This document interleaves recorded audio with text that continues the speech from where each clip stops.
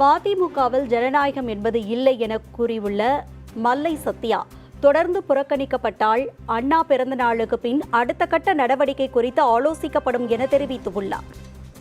கடந்த 4 ஆண்டுகளாக எனக்கு எதிராக அவதூறு பிரச்சாரங்கள் பண்ணுவது, என்னை அவமானப்படுத்துவது, அலட்சியப்படுத்துவது என்று தொடர்ந்து செய்து கொண்டு வந்தார். ஆனால் என்னை வெற்றி கொள்ள முடியவில்லை.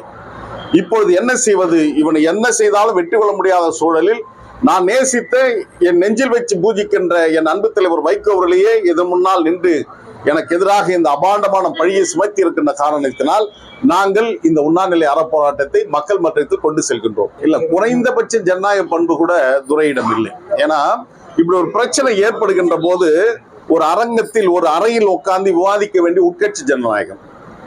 ஒரு 4 பேர் அல்லது ஒரு 10 பேர் உயர்நிலை குழு உட்கார்ந்து பேசி இது போல பிரச்சனை இருக்குது, இது என்ன எப்படி கலந்து ஆலோசிக்கலாம் பேசியிருக்கலாம். ஆனால் மாறாக நிர்வாக குழு கூட்டத்தில் பேசி, அடுத்ததாக பொதுவெளியில் ஊடகத்தின் மூலமாக பேசி இந்த ஜனநாயக படுகொலையை அவர்கள் மேற்கொண்டார். எனக்கு எதிராக நான் வெளியேறுவேன் என்று சொல்லிதான் துரை ராஜமா நாடகத்தை அரங்கேற்றினார்.